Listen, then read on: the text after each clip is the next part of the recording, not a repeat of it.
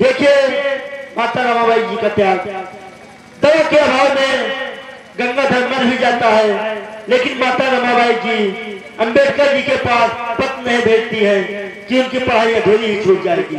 इसीलिए माता रमाबाई जी को त्याग की मूर्ति कहा जाता है। इसी पर कहना है दोस्तों, हस्तियां मिट जाती है आशियाना बनाने में, हस्तियां मिट जाती है आशियाना बनाने में, बहुत मुश्किल होता है अपनों को समझाने में। एक पल भी संविधान को भूल मत जाना मेरे दोस्तों, एक पल भी संविधान को भूल मत जाना मेरे दोस्तों। अपना चार बेटा खो दिया संविधान बनाने में, संविधान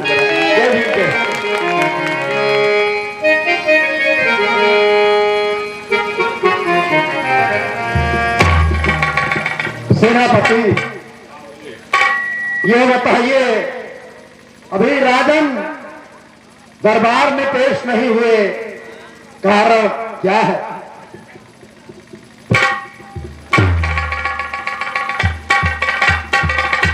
महाराज,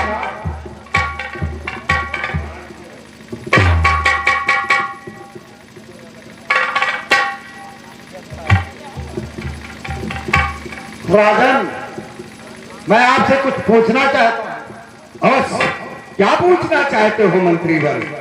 आपको महल में आने इतनी देर हो गई राजन, कारण आखिर क्या है? मंत्रीवर, हम भीमराव के घर से जब वापस हुआ तो सोचा कि चलो हम घूमते हुए मुक्त नायक ऑफिस चला गया, जो वंचितों के नायक की पत्रिका निकाली जाती है, उस ऑफिस में आप गए थे राजा? हाँ मंत्रीवर। फिर एक जगह और चला गया। वो कौन सी जगह है जो अपने दरबार में काम करता था? मुक्त नायक ये ऑफिस से होते हुए हम कामले के होटल पे चला गया। कामले को हमने एक होटल खुलवा दिया और बहुत अच्छा चाय बनाता है। तुम्हें वो कामले जो घर पे काम करता था दरबार में? हाँ मंत्रीवर। वो तो राजन अछूत एक निचले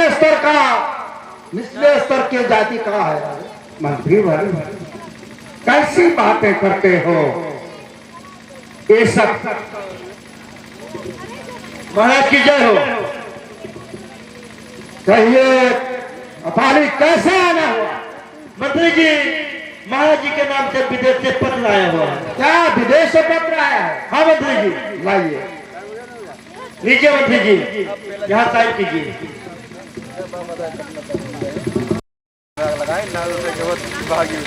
महाराज की जय हो। मंत्रीवर, हाँ, ये पत्र कैसे आया हुआ है?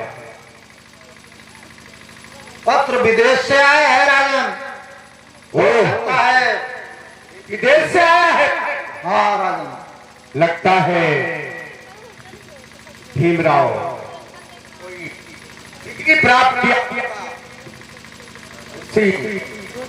खुशी में हमारे पास पत्र भेजा है। मंत्रीवर, पत्र पढ़कर सुनाया जाए। भीमराव ने पत्र क्या लिखा है? ठीक है राजन।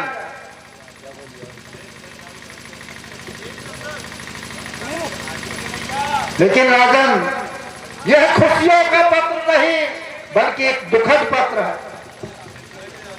क्या कहा मंत्रीवर? दुखद पत्र है? हाँ राजन। ये कैसा दुखद पत्र है मंत्रीवर? हाँ राजन, यह दुखद पत्र है। हो इजाजत तो पढ़ के सुनाओ। अवश्य सुनाइए मंत्रीवर, कैसा दुखद पत्र है? क्या लिखा है भीमराव ने? हे राजन, आपको मालूम है कि मैं एक गरीब छात्र हूं और मेरे पास इतना धन नहीं है। आपने जो मुझे 10,000 रुपया सहायता स्वरूप दिया था, उसे ब्याज सहित आप क्यों मांग रहे हो राजन? और जो आप मुझे 50 स्वर्ण मुद्राएं छात्रवृत्ति के रूप में भेजा करते थे, उसे हमेशा हमेशा के लिए क्यों बंद कर दिया राजन? यदि आप यह सब जारी रखते तो हमारी पढ़ाई पूरी हो जाती राजन। आपका पेय हमने देखकर। मंत्री वर्ग, हाँ राजन, ये मैं क्या सुन रहा हूं? क्या हम जो सहायता स्वरूप भीमराव को 10,000 रुपया दिया था, उसे मैं वापस ब्याज सहित मांग रहा हूं? राजन, जो लिखा है सो पढ़ के सुना दिया। आप स्वयं पत्र देख सकते हैं। और जो हमारे कोष खजाने से प्रतिमा भीमराव के नाम 50 स्वर्ण मुद्राएं छात्रवृत्ति भेजी जाती थी, वो हमेशा हमेशा के लिए मैं बंद कर रहा हूं। हाँ राजन, यही लिखा है सो मैं पढ़ के सुना दिया राजन। मंत्री वर्ग, ये बताइए, कभी तुमने तो अंबेडकर के पास कोई पत्र नहीं भेजा है? राजन, भला बताइए, हम आपके साथ कदम से कदम मिलाकर परछाई की भांति चलता हूं। ऐसी स्थिति में मैं पत्र कहां लिख सकता हूं? बड़ी सोचनीय बात है मंत्रीवर। जब ना तुमने पत्र लिखा, आज तक हमने भी कोई पत्र भीमराव के पास नहीं लिखा है, फिर ऐसा पत्र लिखकर भीमराव ने मेरे पास क्यों भेजा है मंत्रीवर? कुछ समझ में नहीं आता है। राजन, हो ना हो, लेकिन हमारे राज्य के कर्मचारियों की चाल हो सकती है। सत्य कहते हो तुम, सत्य कहते हो मंत्रीवर। अवश्य हमारे दरबार के कर्मचारियों का ये मिली भगत है, लेकिन मंत्रीवर, भीमराव कोई ऐसा नादान बच्चा नहीं है। जी नहीं, मेरे साइन को बखूबी पहचानता है। ये कौन ऐसा सातिर और हमारे आस्तीन में सांप छुपा हुआ है, जिसने हूबहू मेरा साइन बनाकर और भीमराव के पास पत्र भेजा, जिसे देखकर उसे यकीन हो गया कि महाराजा साहब ने हमारे पास पत्र भेजा है और जो कुछ हमारा सहायता किए हैं उसे ब्याज सहित मांगते हैं। मंत्रीवर, ऐसे सपोलिये को, ऐसे आस्तीन के सांप को हमें तत्काल ढूंढ के निकालना होगा, अन्यथा वो मेरा साइन करके हमारे राज्य को बहुत लंबा नुकसान पहुंचा सकता है। मंत्रीवर, सच कहा राजन, आपने सच कहा, लेकिन ये हमारा इतना बड़ा रियासत, इतने कर्मचारी अधिकारी रहते हैं, उनमें हमें यह पहचान करना मुश्किल हो जाएगा राजन कि आखिर वह कौन सातिर शैतान है जो दस्तखत आपके कहा हो। मंत्रीवर, हम तुम्हें इसका उपाय बताते हैं, तुम उस पर चलना शुरू कर दो, वो सपोलिया मेरे सामने होगा। ठीक है राजन, हम उस नालायक को ढूंढने के लिए आकाश पाताल पर छान डालेंगे। ठीक है मंत्रीवर, आप जानते हैं कि प्रतिवर्ष हमने इस दरबार में प्रतियोगिता रखते हैं, कभी कुश्तियों का, तो कभी कबड्डियों का, तो कभी लाठी डंडों का, तो कभी दौड़ का। और उस प्रतियोगिता में जो विजयी होता है उसे हम भारी पुरस्कार देते हैं मंत्रीवर। हाँ राजन, वो जिस दिन राजन आपको राजऋषि छत्रपति की उपाधि मिली थी, उस दिन हम लोग अपने महलों में खुशियां व जश्न मनाया करते हैं राजन। क्या आप इस पर क्या संकेतित करना चाहते हैं? मंत्रीवर, वह प्रतियोगिता आज दरबार में रखो,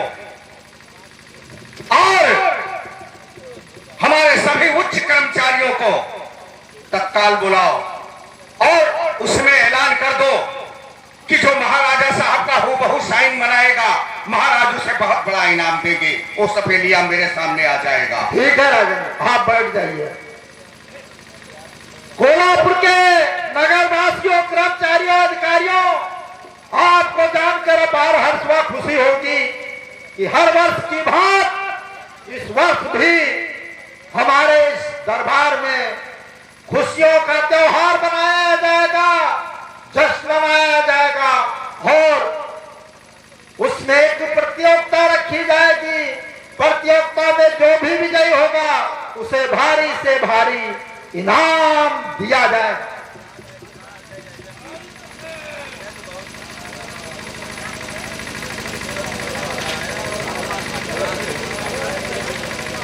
महाराज की जय हो, मंत्री जी की जय हो। जय हो, जय हो, जय हो। मंत्री जी, हाँ कर्मचारियों, कहिए क्या कहना चाहते हैं? कोई आगामी सूचना भी नहीं थी, कोई तैयारी भी नहीं थी और एकाएक उत्सव मनाया जाने का क्या सबब है? कर्मचारियों, आपको मालूम है कि यह राजा साहब की बात है। राजा साहब कब क्या कहां कर डाले कुछ पता नहीं, हमें तो उनके आदेशों का पालन करना ही है। हाँ मंत्री जी, हम लोग क्या समझ सकते हैं, राज आज्ञा है और राज आज्ञा को मानना हमारा फर्ज है। जी जी जी, जय हो, जय हो। कहिए दीवान,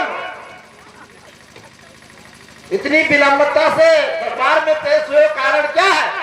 वो थोड़ा मैं बिजी था काम में। क्या है यार? एक उत्सव मनाया जाएगा। उत्सव? हाँ, और उसमें एक प्रतियोगिता रखी गई है। प्रतियोगिता? हाँ, जो प्रतियोगिता में विजयी होगा उसे भारी से भारी इनाम दिया जाएगा। तब तो मैं ही जीतूंगा प्रतियोगिता। मैं जीतूंगा। अरे भाई, इस तरीके से झगड़ा करोगे आपस में? अगली बार मैं जीता था, इस बार भी मैं जीतूंगा। अरे दीवान, उस बार तुम्हें बहादुरी का परिचय देना था और इस बार बुद्धि विवेक का परिचय देना है। वो तो मैं हूँ, आई एम बुद्धिमान। बुद्ध तुम सियार हो गए, हमसे कोई मतलब नहीं है। बुद्धिमान, प्रतियोगिता की नियम व शर्तें समझेंगे? बताइए बताइए बताइए।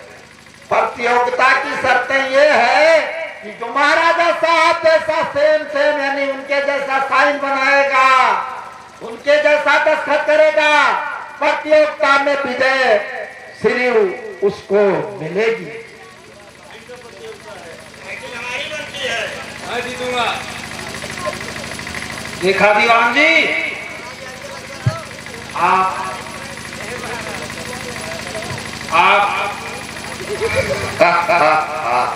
तब तो मैं ही जीतूंगा।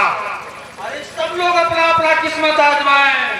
कुछ भी हो, प्रतियोगिता मैं ही जीतूंगा। अरे भाई, इस तरीके से आप झगड़ा मत करिए। आप लोग लाइन लगवा लीजिए, कतारबद्ध तरीके से एक एक करके साइन करते जाइए।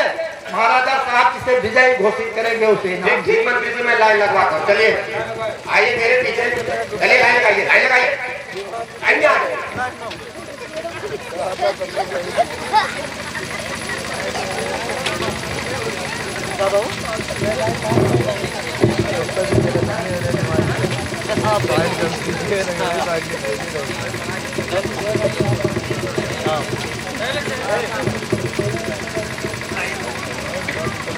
मंत्री वर्ग,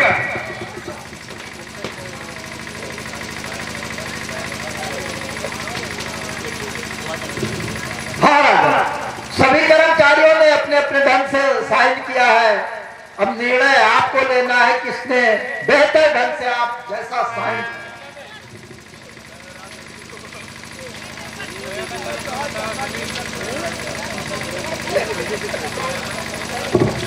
मंत्री वर्ग, वैसे तो सभी कर्मचारियों ने हमारे जैसा साइन बनाने में प्रयास किया है, लेकिन ये बताइए मंत्रीवर्ग, ये जो 5वें नंबर पर साइन ये कौन सा कर्मचारी ने किया है? ये 5वें नंबर पर तो अपने महल में जो अपने दरबार में दीवान के पद पर कार्यरत है, पूरा लेखा जोखा रखता है, वही बनाया है। क्या ये साइन दीवान जी ने बनाया है? जी। तो दीवान जी को विजय घोषित करिए, क्योंकि दीवान जी एक प्रतियोगिता में विजय हुए हैं। लेकिन चंद बातें हम दीवान से करना चाहता हूं। दीवान, दीवान, क्या हो? अरे यार कुछ खिलाओगे या नहीं? मैं जीत गया। अरे कुछ खिलाओगे? खिलाऊंगा, लड्डू खिलाऊंगा। लड्डू खिलाओगे? हाँ। प्रतियोगिता तुम जीत गए हो। वो तो मैं तो पहले ही कहता था ना कि प्रतियोगिता मैं ही जीतूंगा, और मैंने जीत भी लिया। अब मुझे इनाम दिलाइए। अगली बार जब प्रतियोगिता आप जीते थे तो क्या क्या हुआ, क्या हुआ था? वो तो महाराजा साहब से कुछ। हाँ, तो इस बार चंद बातें करना चाहते हैं राजा साहब, और इनाम की घोषणा कर देंगे, हम दिखा देंगे इनाम। ठीक है मंत्री जी।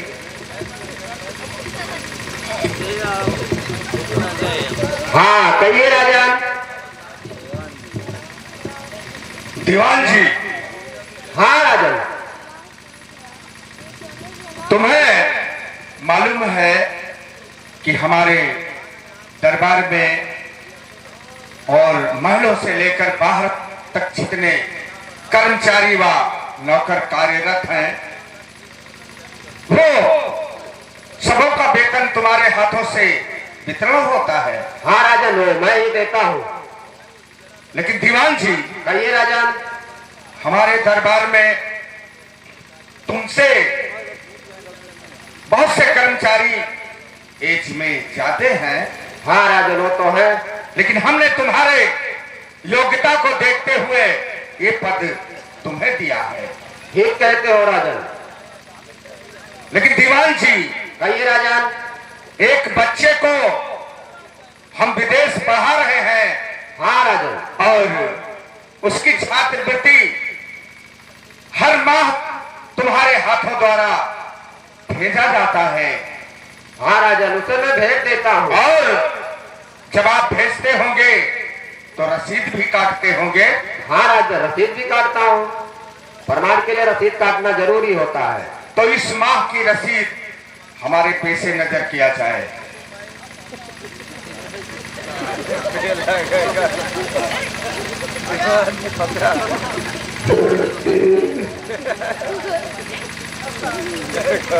तो क्या हुआ दीवान जी? नहीं राजन, वो थोड़ा मैं बहुत ज्यादा बिजी था, इसलिए मैंने छात्रवृत्ति तो पोस्ट कर दी, लेकिन रसीद काटना भूल गया।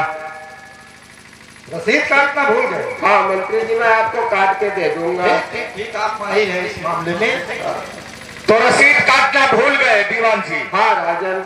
खैर कोई बात नहीं, भूल चूक हुआ करता है। हाँ राजन। हाँ लेकिन दीवान जी। कहिए राजन। छात्रवृत्ति तो समय से भेजते हैं। हाँ राजन, मैं उसे समय समय से पोस्ट कर देता हूँ। बहुत अच्छा। लेकिन ये बताइए। कहिए राजन।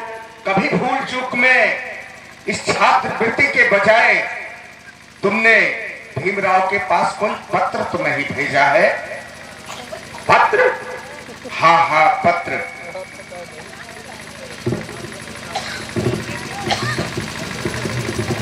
नहीं, मैंने तो कोई पत्र तो नहीं भेजा है। कोई पत्र नहीं भेजा है? नहीं, मैंने कोई पत्र नहीं भेजा। मंत्रीवर। हाँ, हमारे पास आइए। ये दीवान जी को दीजिए। हमारे पास एक विदेश से पत्र आया है, हम दीवान जी की जुबानी सुनना चाहता हूँ। दीवान। कहिए मंत्री जी। तुम पढ़ने में भी माहिर हो, तेज रहो। हाँ, वो तो तुम्हारी ठीक रहे। हाँ वो तो मैं हूँ।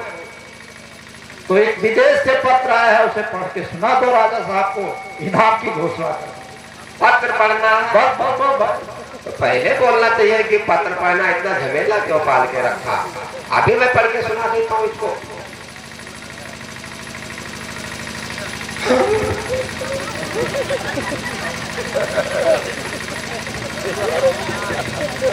मंत्री जी, ये तो विदेश से आया है।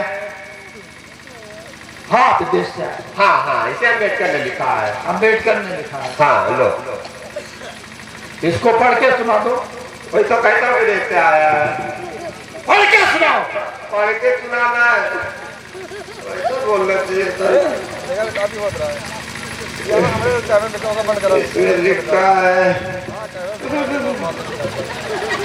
लिखा है, राजन आपसे आज जोड़कर विनम्र निवेदन है कि जो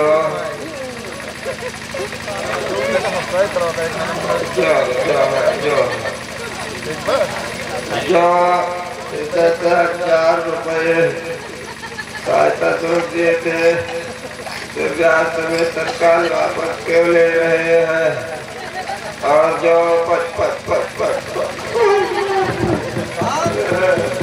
यह आप चेहरे पर पसीना, बदन में कपकपी, कारण क्या है? नहीं, चेहरे पर पसीना गर्मी ज्यादा है ना। ठीक है, अभी पता चले। जो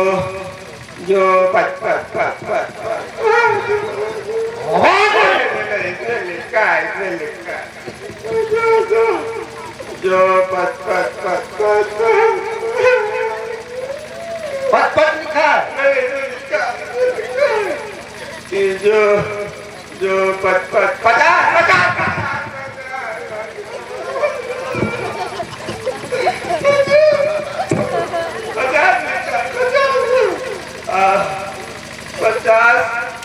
मुद्राएं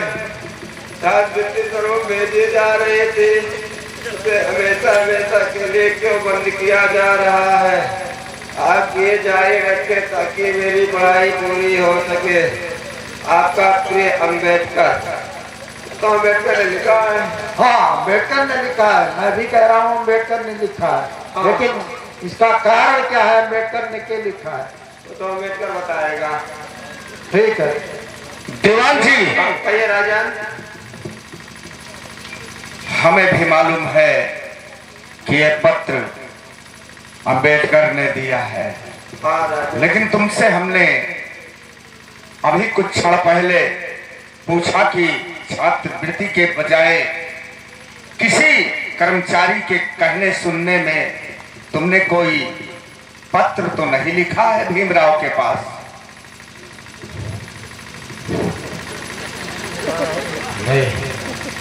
नहीं, मैंने तो कोई पत्र नहीं लिखा। किसने लिखा है?